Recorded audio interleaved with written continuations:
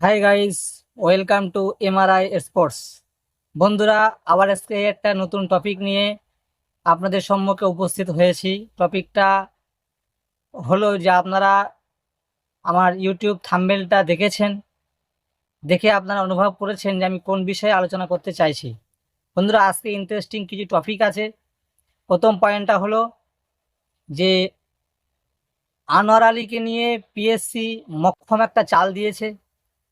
দ্বিতীয় টপিকটা হলো রঞ্জিত বাজাজ মোহনবাগান এবং ইস্টবেঙ্গলকে নিয়ে দারুণ একটা ব্যবসা করে চলে গেল। তৃতীয় টপিক হলো মোহনবাগান আনোয়ার আলীর বিকল্প হিসেবে কাকে দেখছে। বন্ধুরা, একটি রিকোয়েস্ট করব, আমার চ্যানেলে যারা প্রথম এসেছেন, নতুন এসেছেন, দয়া করে চ্যানেলটা সাবস্ক্রাইব করে দেবেন, কারণ সাবস্ক্রাইব করা সম্পূর্ণ ফ্রি। নোটিফিকেশন পাওয়ার জন্যে চ্যানেলটি সাবস্ক্রাইব করে দেবেন। চলুন বন্ধুরা, আজকের টপিক নিয়ে আলোচনা করা যাক। প্রথম যে টপিকটা হলো যে Ranjit Bajaj, the biggest businessman. Mohun Bagan ইস্টবেঙ্গলকে নিয়ে 2 বছরে 5 কোটি টাকা, 2 বছরে 5 কোটি টাকা ব্যবসা করে চলে গেল রঞ্জিত বাজাজ। তার ব্যবসায়িক বুদ্ধি, সাবাস রঞ্জিত বাজাজ, ব্যবসা তোমার কাছে শিখতে হবে। তো যাই হোক, আনোয়ার আলীর বিষয়টা আপনারা সব কিছু জেনে গেছেন, আমি আর নতুন করে ওখানে আর কর্ণপাত করতে চাইছি না। এখন আমার বলার বিষয় হলো যে আনোয়ার আলী নিয়ে পিএসসি মক্ষম চালটা কি দিল।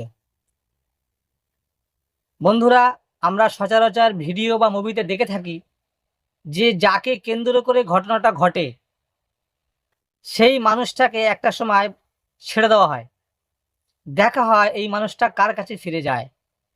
যে কোনো অপরাধী হোক বা আসামি হোক বা কোনো আপনজন হোক, যাকে কেন্দ্র করে ঘটনাটা ঘটে সেক্ষেত্রে তাকে কিছু সময়ের জন্য ছেড়ে দেওয়া হয়, দেখা হয় যে সেই মানুষটা কোথায় গিয়ে মানে আশ্রয় নেয়।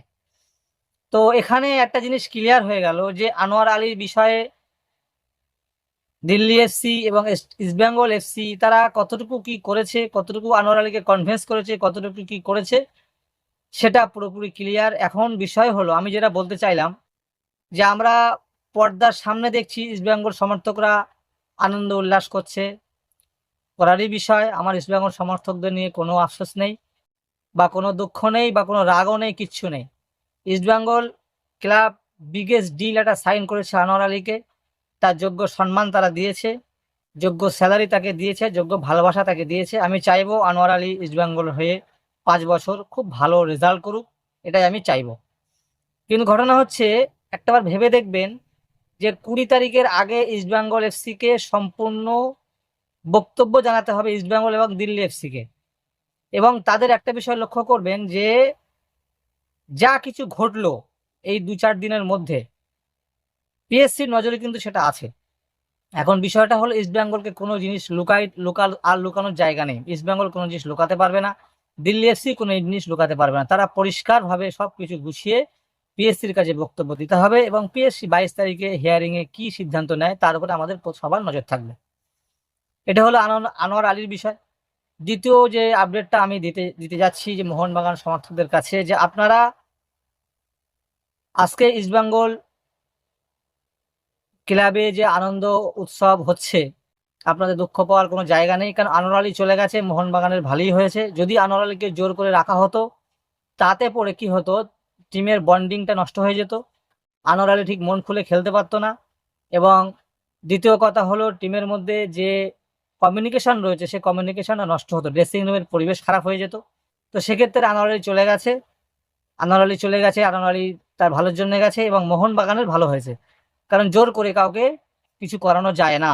এবং আনোয়ার আলী পারপাস যে ক্ষতিপূরণ মোহনবাগান পাবে, মোহনবাগান ক্লাব নিশ্চয়ই একটা ভালো খেলোয়াড়, তার যোগ্য খেলোয়াড় খোঁজার চেষ্টা করবে মোহনবাগান। তো এখন মোহনবাগান কাকে খুঁজছে, বিভিন্ন ইউটিউবার তাদের ইউটিউবে দিচ্ছে যে প্রীতম কোটাল আসছে, প্রীতম কোটালের সঙ্গে অ্যাডভান্স লেভেলে কথাবার্তা চলছে। আমি বলবো প্রীতম কোটালের মোহনবাগানে প্রীতম কোটাল যদিও আসে, আনোয়ারের বিকল্প হিসেবে মোহনবাগানে প্রীতম কোটাল আসবে না। প্রীতম কোটাল আসবে একটা অ্যাডিশনাল হিসেবে, সে সব জায়গায় খেলতে পারে, লেফট ব্যাক সব জায়গায় খেলতে পারে, আর ফুটবল সম্বন্ধে তার অভিজ্ঞতা আছে, সে ইয়ংদের দেখাশোনা করতে পারবে, ইয়ংদেরকে উৎসাহ দিতে পারবে, তাদের বিভিন্ন ট্রিক্স দিতে পারবে। প্রীতম কোটাল আসলে আনোয়ারের বিকল্প হিসেবে প্রীতম কোটাল আসবে না, প্রীতম কোটাল আসবে প্রীতম কোটাল হিসেবে। কিন্তু মোহনবাগান আনোয়ার আলীর বিকল্প হিসেবে দেখছে হায়দ্রাবাদের অ্যালেক্স সাজিকে দেখছে। অ্যালেক্স সাজির ওপরে মোহনবাগানের নজর আছে। এখন দেখা যাক মোহনবাগান এই দিনটা কন্ট্রাক্ট করতে পারে কিনা। এটাই ছিল আজকের আমার আপডেট। বন্ধুরা, যদি ভিডিওটি ভালো লাগে এটি লাইক, এটি কমেন্ট করবেন এবং ভিডিওটি শেয়ার করবেন। যারা আমার ভিডিওটি দেখছেন বা দেখবেন সকলকে ধন্যবাদ। আবার দেখা হবে পরের ভিডিও।